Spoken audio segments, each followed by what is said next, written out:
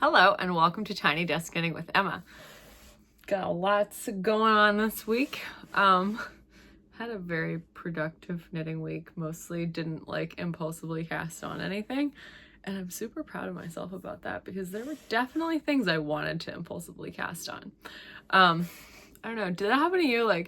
Sometimes I just don't care and I'll just impulsively cast on something and then I kind of regret it afterwards. So I sort of try to avoid it. This week or a week ago, Andrea Mowry released the Traveler Cowl pattern, and I immediately bought it because it's cute and it's a good thing to use, good pattern to knit with hand spun. And I almost cast on because I have this hand spun rainbow fade that I'm just trying to think of what to do with this, and the pink, red, orange, yellow, I think there's enough to knit that whole cowl. I have plus I have some green and also blue and teal and purple, but I think those four, the amount that I have left is enough. And I was oh, I could knit this nice fun cowl. It will look so fun, and maybe I'll fade the colors in by alternating skeins or something. And I didn't cast it on. I was you can do that when you finish a project. You can't just you have too many things on the needles. You can't just do that. So I was very good and I didn't give in to my impulses even though I wanted to. So we've had a very cold week here in Baltimore. Really, really, really cold. So that's been fun. Really fun to run outside in this. Actually just fun. It's you kind of get this rush from being outside in the cold. This morning is hopefully the last day I will have to run in the really, really cold weather of at least this cold snap. And it was just so cold. It was 16 degrees Fahrenheit when I went out there. And I was oh, no. So to deal with it, I started running kind of fast. But then I was all right, now this is the pace I'm running. I have to keep running this fast. And it was way too fast. And I only had to run a 5K this morning, but it was really fast and I was so cold. But I was just at least if I keep running fast, I'll get it over with. So I consider that I kind of got it over with really fast. But yeah, I cranked out a pretty fast 5K. And my lungs kind of regretted it. Oh my gosh, when I stopped running to walk the rest of the way home, I haven't been breathing that heavily in a long time. Just the shallowest breaths because it was so cold. But it's okay, I made it. And then I felt really happy all day because I had run so fast. So that is a nice benefit of running. Well, running in general, but also running faster. Makes you feel really happy for the rest of the day usually. So that's been fun. All right, let's get into some knitting. I just have the urge to say it'll probably be a short one today, and Knittin says every time I say it'll be a short one, it's really long, so maybe it will not be a short one, but I think it'll be a short one because I don't have that much to talk about. Okay, so let's talk about this cowl. I did not finish that blue tank top, but I did do the neckline, the neckline I-cord, which is the longest part. So, but then two of the stitches I don't know, a stitch came loose or something, and now there's just 2 loose stitches and I haven't fixed them yet. It's one of those things where the mental block to do something about something is too great, even though it'll take 3 minutes to fix. And then I could get the rest of the thing done in an evening, and I'm I don't want to. Just don't feel like it. So anyway, I've just started giving into those. I don't want to do it. That's okay. You don't have to do it. Don't force yourself to do it. I have so many goals in my life. I don't need to set myself a very specific knitting task every day too. Sometimes knitting should be about joy. Knitting should always be about joy. So this is the Fair Isle cowl that I was working on with my hand spun. I have another Fair Isle cowl to show you. Very exciting with real Shetland yarn. But this is my hand spun and I'm very proud of this. I feel it's a nice little fade. The purple is a little startling. There's also maybe too much purple, but it goes purple to blue to teal to green, and I think it looks nice. It really needs to be blocked. This is hand spun with Knit Picks palette, and I think it's just gonna it just feels it's just clenching, you know what I mean? This was some earlier hand spun. It's kind of overplied, or it's not overplied, it's just over twisted. And it feels like it's just like, like when you knit cables and then before you block them when they're all angry and they're like, and then they block and you like wash them, soak them in the water and then they kind of like breathe. That's how I feel about this. I'm just like really excited to finish it so I can block it. But then I started knitting the lining the other night when Jordan and I were watching TV, but then I stopped because I ran out of the mohair. So for the lining of this cowl, I'm just holding fingering weight and mohair yarn together. But I have just like a bag of like odds and ends of mohair that I'm just trying to like, I'm like, what am I going to use it in? So I'm just like, I don't care what colors get used in this lining because it's the lining, so you won't see it, doesn't really matter. So I just need to pull out another ball of mohair to finish this off. It's almost done, but it needs to be like at least 3 or 4 inches more. Like you don't want it to be as long as the outside because you're going to tuck it in and it's going to be the lining. So you want this to be shorter than this so that like you don't see it. Like it looks like it's a whole Fair Isle tube, which you can also knit. It just takes a lot longer. I have actually a design out that's designed like that. And I will link it in the show notes. It's free on Ravelry. It's called the Fae Cowl. Yeah, this is just like a soft lining. So I'm excited about this.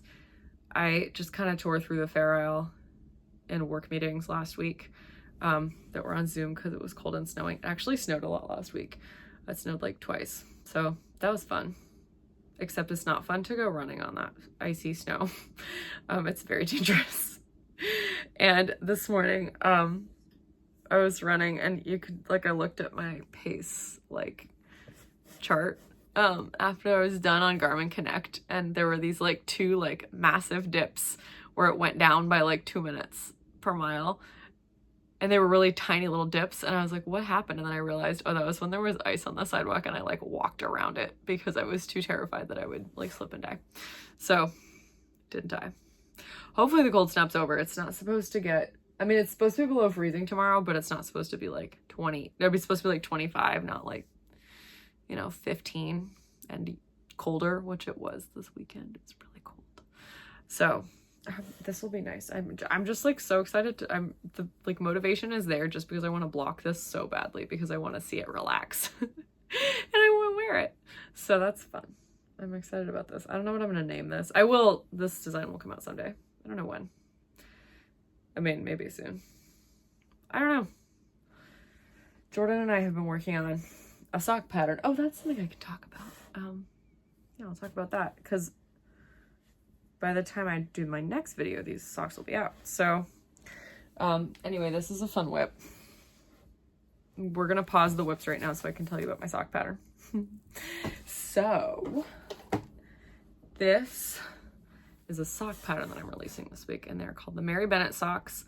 I think I might just release all the Bennett sister socks at this point. I was gonna release a different pair of socks for this month, but then this sample is knitted in Garthenor yarn Snowdonia, and the Woolly Thistle is getting this back this week. They're getting Snowdonia back, so in the shop. So I figured I would release these as just a fun little yay, Snowdonia's back. You can buy some Snowdonia from the Woolly Thistle and then also get this pattern on the same day if you want. So yeah, these are the Mary Bennett socks, and I knitted these in Garthenor Snowdonia in one of their natural colorways. They don't seem to have as many natural colorways as they used to because I got this yarn about 2 years ago at a yarn shop in London, and I don't think that they have this specific light gray, but I really like Snowdonia. It's 100% wool. This is 25% Romney and 75% Romney and 25% Hebridean, which just is, Hebridean is a dark Scottish sheep.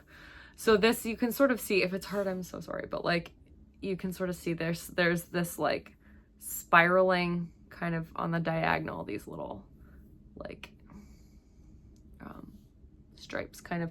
It's actually the same pattern as, where did I put those? Oh, here they are. As my vintage tinsel socks, but on these ones the broken rib doesn't move. It doesn't spiral. So this one, they just go straight down.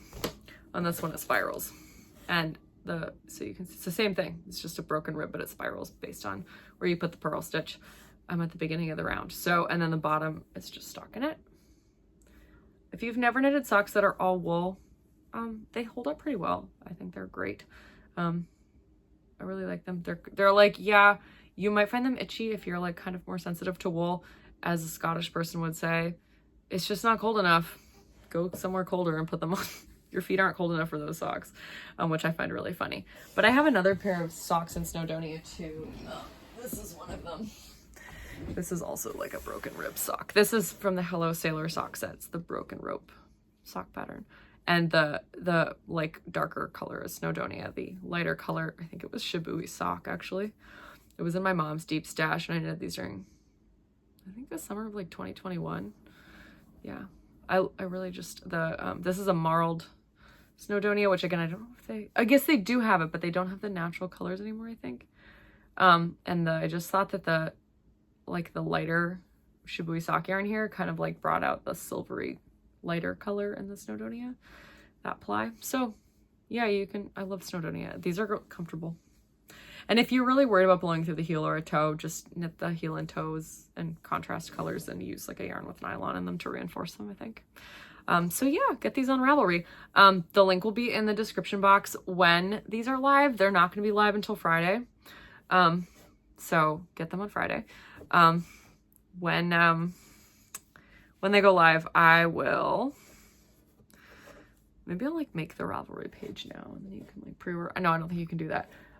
When they go live, I will put the like click on the link kind of thing up there somewhere, and you can click on the link and you can get them if you're watching this on Friday or afterwards. If not, I'll put them in the show notes next week too. I'll show them again next week, and then you can be reminded to go get them. But yeah, I really like them. They're soft. We just have to take a little picture and then get the rest of the pattern together. It's almost done. Yeah, there are 3 sizes. I do a small, medium, and large. So yeah, hopefully you enjoy that and you shop at the Woolly Thistle. I have an affiliate link at the Woolly Thistle. So if you shop there and you just like use my link, like if you click the link in the description box, it's my affiliate link. I get a small like amount of money on every purchase that you make. So that is super great. So yeah, please shop at the Woolly Thistle all the time just because they're the best, and also use my affiliate link. Thank you. So yeah, speaking of the Woolly Thistle, I am designing something for the colorwork cowl, and I'm very excited about it, and I'm gonna show it to you because it's not like, I've shared a photo of my grandma wearing the first sample, and I knitted it like a couple of years ago, like a year and a half ago, and I'm gonna name it after her. It's called the Natalie cowl. And this is my second sample. So this is a Fair Isle cowl that I'm knitting. And you will be able to get kits of this from the Woolly Thistle in a variety of colorways. So the original one I did was greens. This is just some like bits and bobs of teals from my stash, and not all of them are 2-ply jumper weight from Jimson & Smith. So this specific colorway will not be available, but you can go on my Ravelry page and see what colors I used if you want. I've linked my Ravelry page in the show notes. But there is a green, a pink, a blue, and a purple like colorway for this cowl that I put together, like a little, I just put together one, like the combination of colors for all those different, but you can also just use random, like I didn't put a pop of color in this, but like you could make the middles pop, or you make this one pop or something, or you can make them all like crazy rainbow fun. Totally also awesome. So this is a cowl that goes, like it's going to be a Mobius twist cowl, and it will pop once over your head, but like there's some room. It's not like the, like, you know, stovepipe cowl. It's like a bigger, slightly bigger with a Mobius twist just to keep you cozy. So I'm really excited about this. Sometimes these take me forever to knit because, like, you know, you think it's a small project because it's a cowl, but then it just like is not a small project because there's so many bands and it gets boring. But like, I mean, because this is a sample, it's a little bit easier to knit, because I would like to have it photographed pretty soon. Of course, I'm running out of one of the colors, and so I had to order from the Woolly Thistle, and I was embarrassed about just ordering one ball of Jana's 2-ply, so I also ordered a book. But I wanted the book, so it's okay. And supporting the Woolly Thistle is important because I work with them and they're the best. So you should do that too. So yeah, this is just, there's the big motif, or we call that a muckle, and then this small one is called a piri. So yeah, it's just a fading cowl. Some of the colorways I put together for the Woolly Thistle some of the kits have go like darkest to lightest in the middle, which my original sample did, and then I swapped them for this just to see, and it was fun. I like it this way, and I like this combination so much I'm considering using it for a sweater. Like, I think I would tweak it a little bit. There's like this first blue at the top. I think that needs to be a little bit lighter, and I'm thinking of using some more like teals rather than like some of these seem kind of blue, and I think teal might be better. I don't know. We'll see. I have a lot of choices up there, so we'll see what happens. But I'm excited, and hopefully I'll have it done by the time the cal starts, and it will be photographed and stuff for the pattern. And then yeah, I'm gonna knit something for the cal. I don't know what yet, probably just a hat. I'll probably do like a challenge where I pick a bunch of colors out of my Shetland scrap bin and I make a hat with the colors that are in there, just as a fun challenge. So yeah, that's fun. I'm really enjoying that, and I think I just need to like power through this cowl and maybe a hat for the accessory cowl, and then I need to start a Fair Isle sweater. I'm ready. Although I don't want to do it until my Guernsey is done. I'm gonna show you the Guernsey now. This is just my like current vanilla, well, I should be working on the lining for that cowl as my vanilla whip, but this is also a vanilla whip. So for those of you who are confused, when I say vanilla whip, I just mean a whip that's like not causing, I don't need to like think about it really. Like it's just stockinette, like around and around and around. It's not color work or cables or texture or anything, at least not yet. So this is a Fisherman's Guernsey that I'm knitting for my for first music teacher who just retired, Mark. And this is obviously just the bottom bit. I did a nice deep welt, and now I'm doing just the stockinette body. I'll probably start the texture pattern just before I divide for the armholes, and then I'm gonna do a textured front and back. It'll be the same pattern. I haven't designed it yet, but that's like, once I get a little bit closer, I will do that. And I have ideas, because when you design a Guernsey, like the little, you know, the motifs all kind of mean something. There's like some metaphors behind them. So I would like to like fill the sweater with like, you know, important things in terms of like, you know, what all of these symbols mean. But there's lots of books, so I'll show you some of them. If you're interested in designing your own, I have this one, we have this one. There's that Dutch one. It's a good one. Dutch traditional one. Yeah, I should have gotten these out before, but I, of course, didn't. Is that it? This might be all the ones I have. Oh, no, I have that. There it is, knitting Guernseys. All right. Yes, I have many. Sorry, I should have just paused it, but I didn't. So, the classic patterns for Guernseys, Jerseys, and Errands by Gladys Thompson. This is with a note for American knitters. Fisherman's sweaters from the British Isles. This is from 1969 was the first. Yeah. So this is the book that Mark had that someone gave to him, or someone gave to his wife, I think. And he looked through it, and I said, well, which ones do you like? And he gave me a bunch of examples. I'm just showing you pictures from it now. These are just... And so there are some charts, like they've charted out some of the things here, but like, yeah, these are actually like good full patterns, which is kind of helpful. And they give you some close-ups. Nothing is in color, but this is a nice book.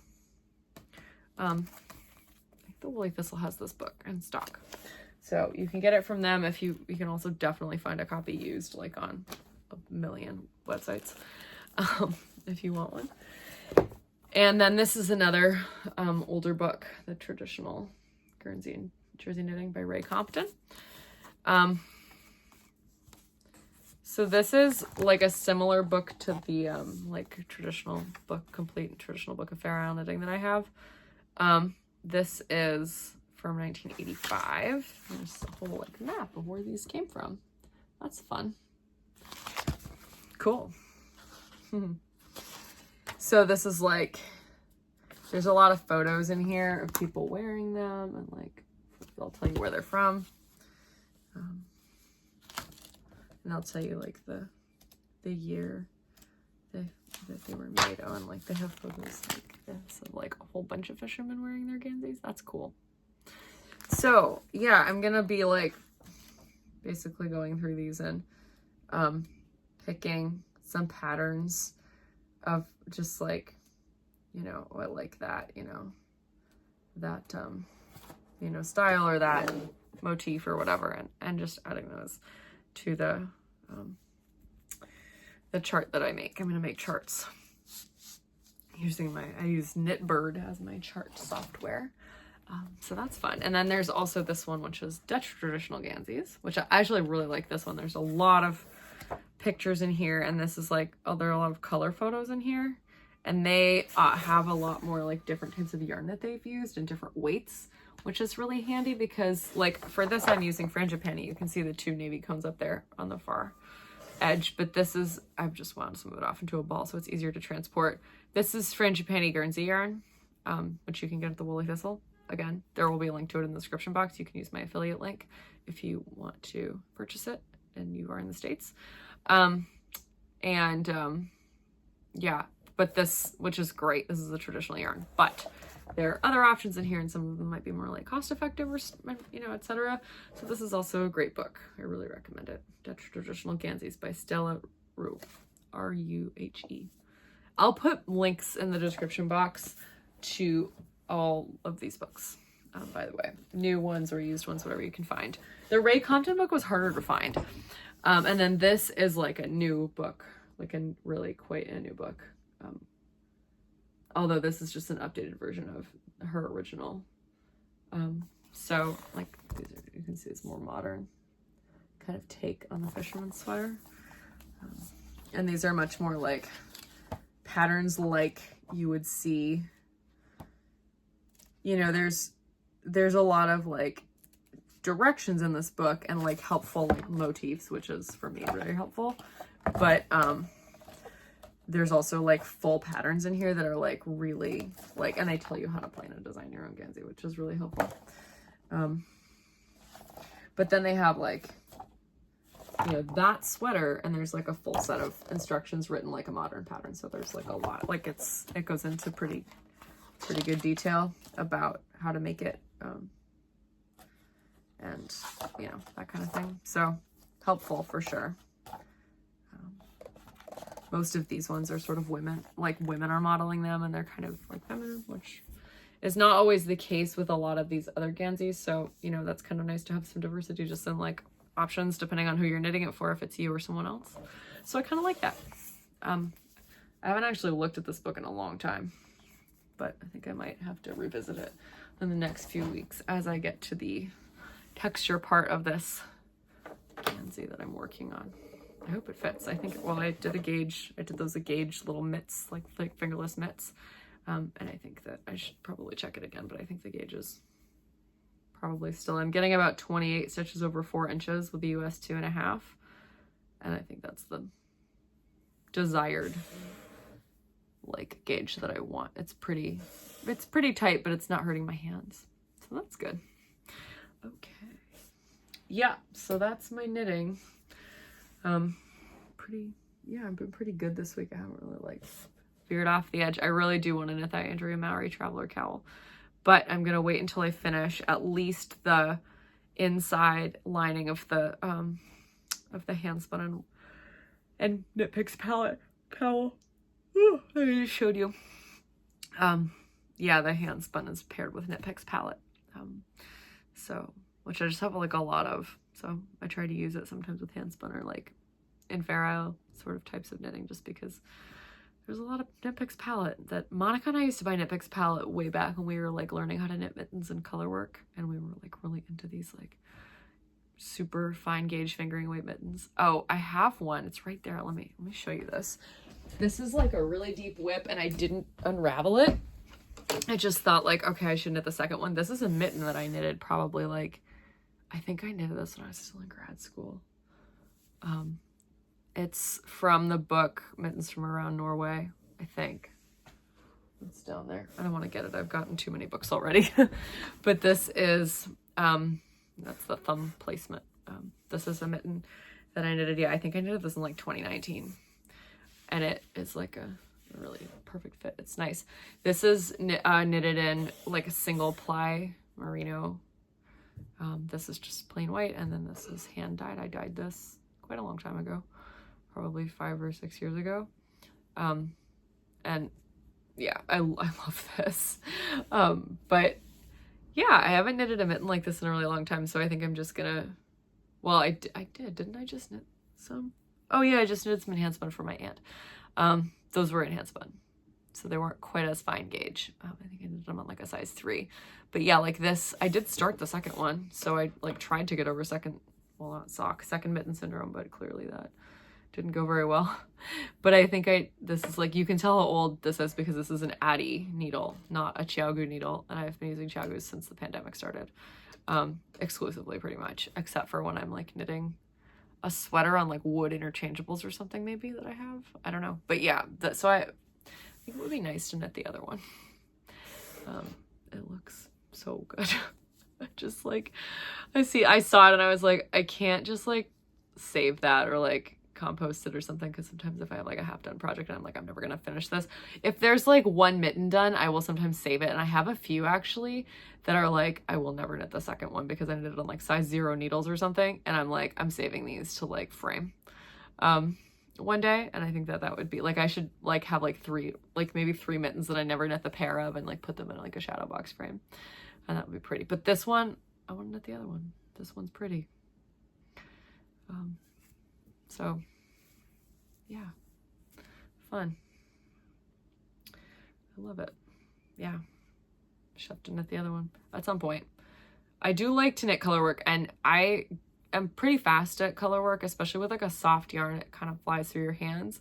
So like I could probably do this in a like, I mean, if I knit it all day, I could easily knit this in a day, but which is crazy fast, obviously. But that would probably hurt my hands, so I shouldn't do that. But I could probably finish this in a weekend if I like put my mind to it. So we'll see.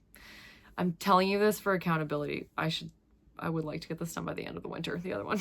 So I better go get some needles because I don't have a 1.5 Chiaogu tip. I don't have that like super tiny mini set. Yeah, so spinning. All right, so I finished. You can see it's just hanging right there. There's just like 300 grams of that Harvest Hues John Arbon spin that's finally done. And I'm really happy that that's done. And then I finished my other John Arbon Old Harvest Hues spin, which was hanging out on Thelma for ages. It was like I hadn't spun on Thelma since like October, like because I'd moved and I hadn't used Thelma in the new house yet. Thelma's my shack matchless. She's right here. And so I decided when I finished that spin, before I started a new spin, I would finish this because I wanted to use the wheel. I wanted to use matchless instead of the e-spinner just for a while. Because I usually go through phases where I'll use like exclusively the wheel, and I'll apply on the e-spinner always because it's more even.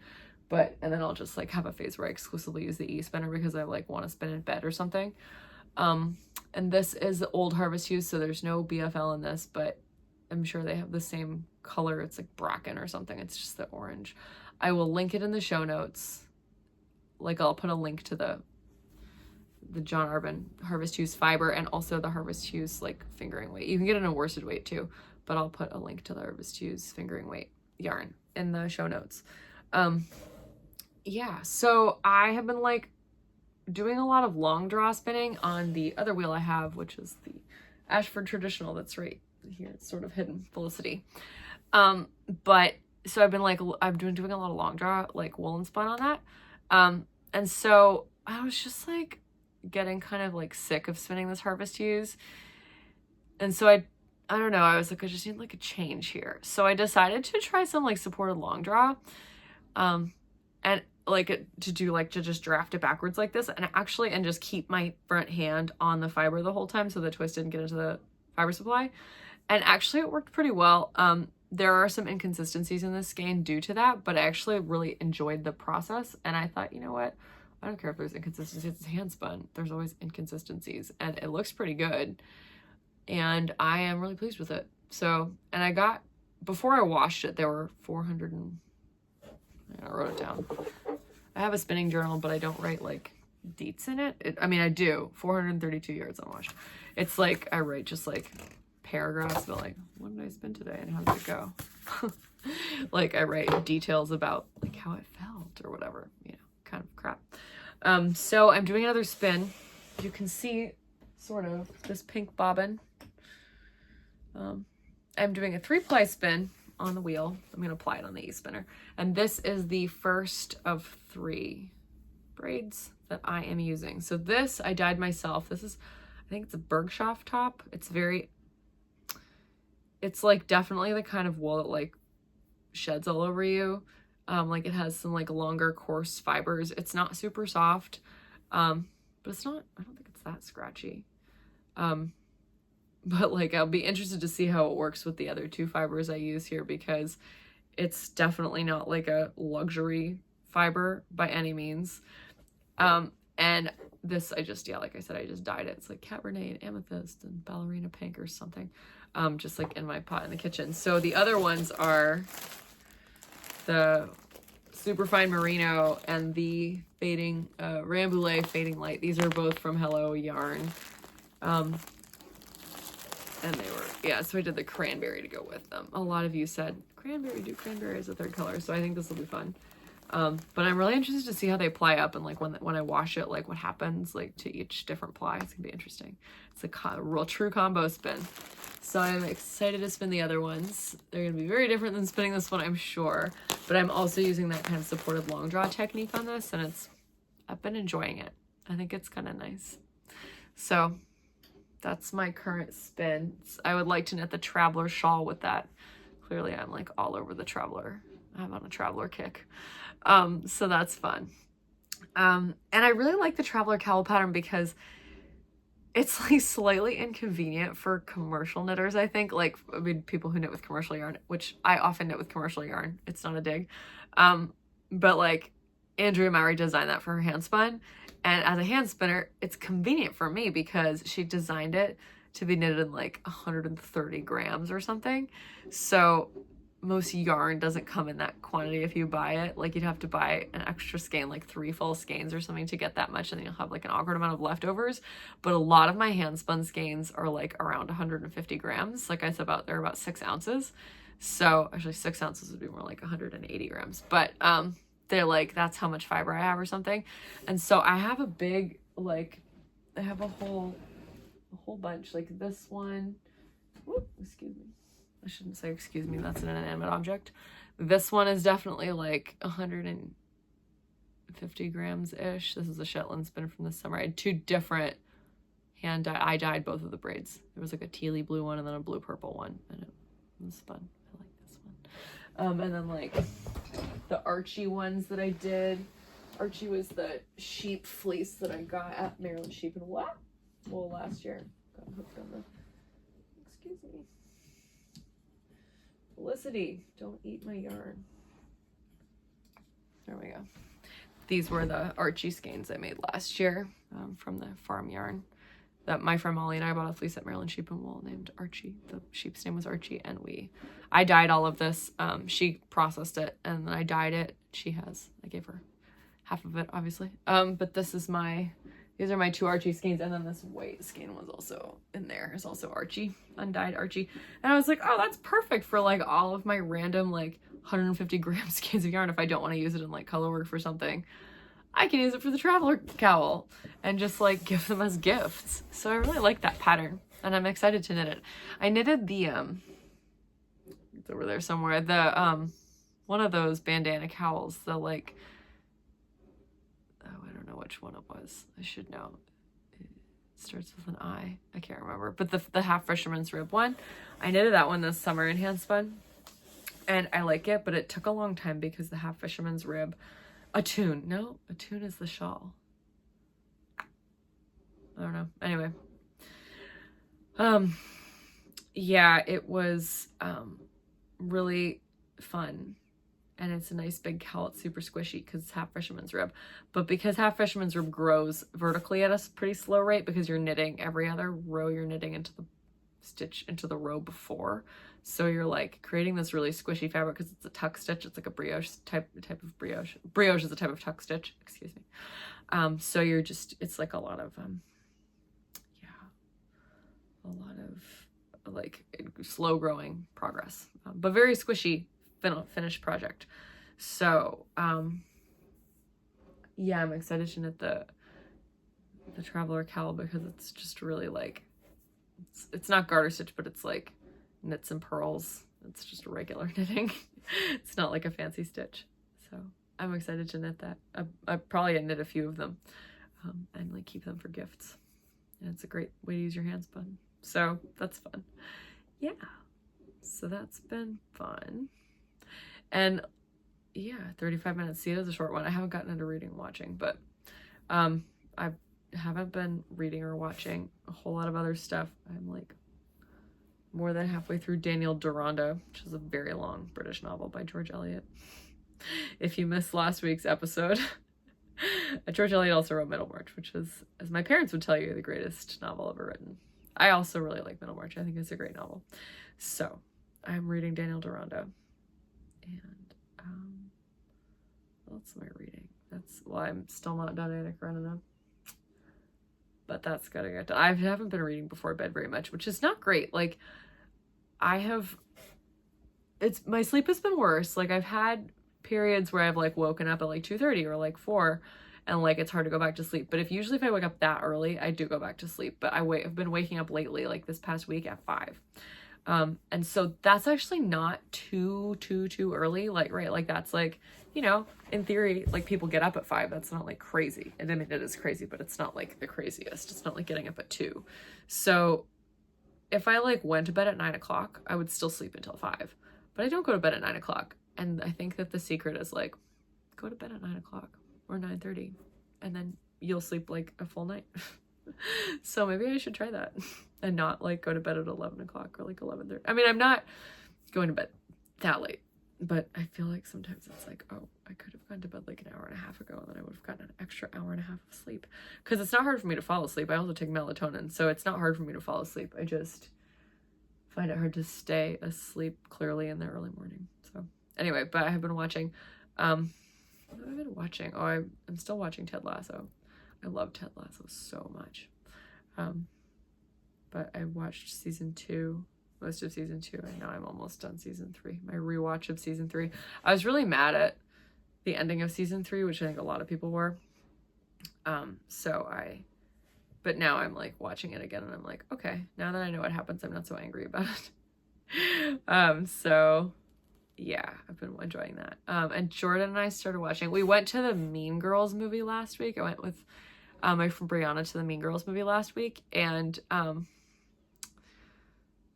the like musical, which was, I liked it. I mean, I grew up, like Mean Girls was like the movie that you watched at every sleepover, and it was like the funniest movie. I don't think I've seen any movie as many times as I've seen the original Mean Girls from 2004, except maybe The Sound of Music, because I watched that like every other day when I was like 3. So I love Mean Girls. I think it's phenomenal. A little dated. Definitely some like politically incorrect things in 2024. 20 years later. I can't believe it's been that long. I was definitely too young. My mom took me to Mean Girls in the theater in 2004 and I was 10. And I was definitely too young to watch that. Like, I did not get it. I did not think it was funny.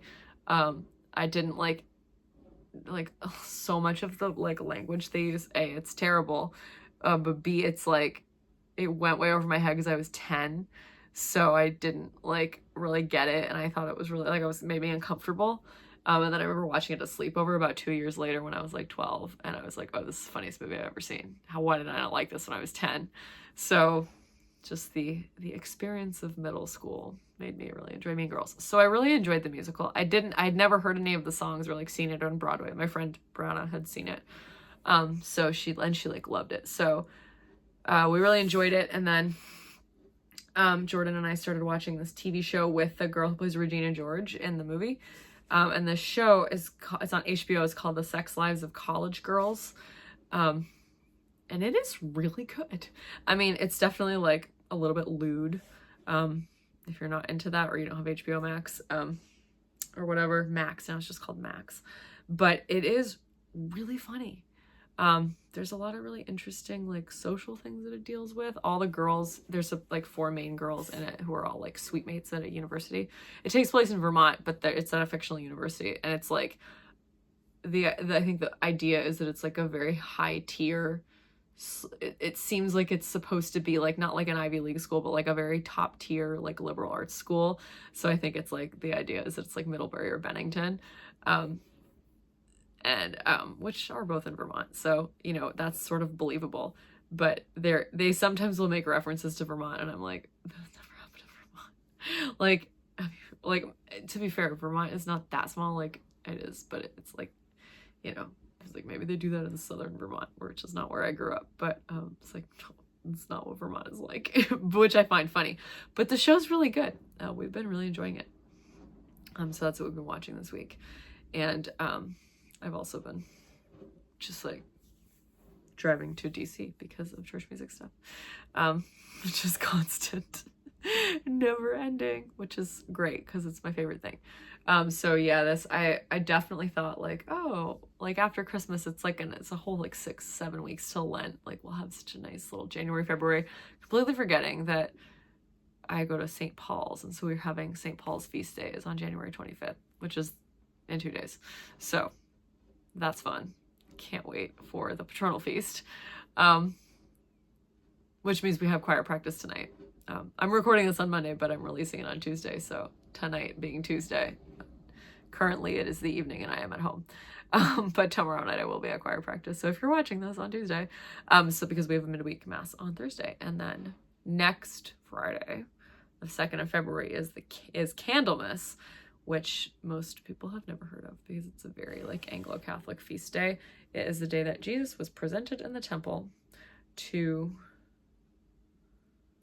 Simeon, who's this really old guy, and it's in the Gospel of Luke. And it's like the story of Simeon is that God told him that he couldn't die until he'd seen the Messiah. And so Simeon is like 900 years old, or probably not 900 years old. Simeon is really old, like way too old to like actually be a living human being. And so Jesus, like Mary presents Jesus in the temple, and Simeon is like, oh, finally I can die. And he says, Lord, now lettest thou thy servant depart in peace according to thy word, etc., which is a very important part of the evensong service, which gets sung all the time in the Anglican Church and the Episcopal Church. So that's fun. A little history of the Nunc Dimittis. That's why Simeon says it. Yeah, so big week for church music, big 2 weeks for church music. And then so February 2 is Candlemas. And then Lent starts on February 14th. So woo! No rest for the weary. But I'm not really weary of church music. I'm having a great time. As always. Doing a better job compartmentalizing all these crazy things that I have going on, I think.